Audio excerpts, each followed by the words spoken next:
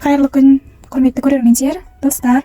Бүгін бізде 6-шы сабақ. 6-шы сабақта біздер ға әрпімен танысатын боламыз, оның элементтерімен. Ға әрпі негізінен г әрпіне өте ұқсас әріп, тек қана айырмашылығы ортасындағы беліндегі сызығында ғана. Яғни бізде г әрпі 2 элементтен тұрады дедік қой, алдыңғы сабақта көрген болсаңыздар. Ға әрпі 3 элементтен тұрады, оның айырмашылығы тек қана ортасындағы белінде ғана. Мінекей, екеуінде де белінде сызығы бар, үлкен г және кіші г әрпі. Енді осы г әрпі қалай жазылады? Мұнда үлгісін көрсетіп қойдым. Қазір мен тағы да бір рет жазып көрсетемін мұнда.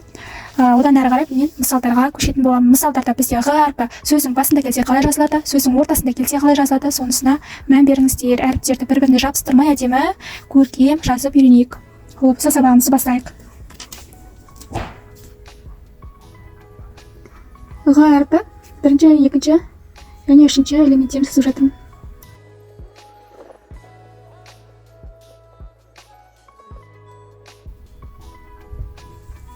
Үлкен ға әрпін жазып біттім, енді кіші ға әрпіне өтетін болам. Бізде бірінші элементі, екінші және үшінші элементі.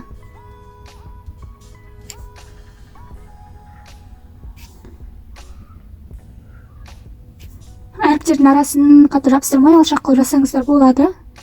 Таза әрі әдемі жазуға барынша тырысыңыздар. Егер де менің сабағым ұнап жатса, лайк басып каналыма тіркелуді ұмытпаңыздар.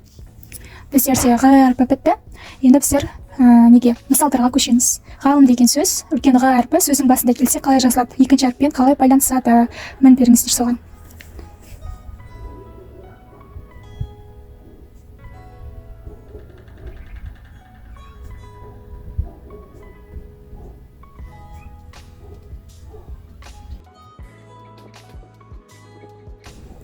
Келесі біздерде ғарышкер сөзі, яғни кіші ға әрпі сөздің басында келсе, келесі әріппен қалай жалғанады.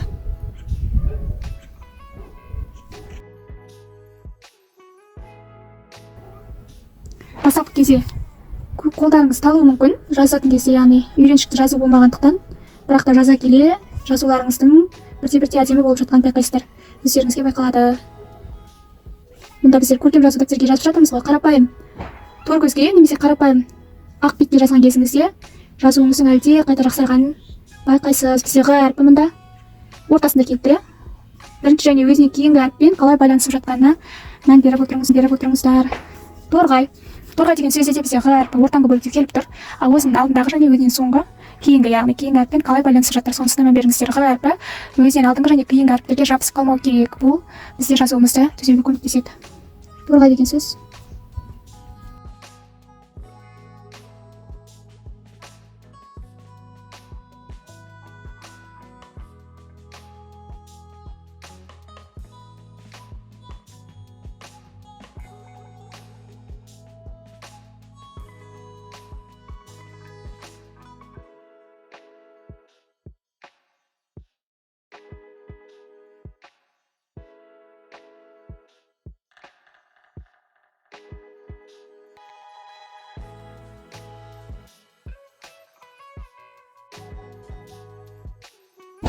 Осымен біздің 6-шы сабағымыз тәмам. Сіздерге сабақ пайдалы болды деген үміттемін. Егер де сабақ ұнаса, лайк басып каналыма тіркелуді ұмытпаңыздар.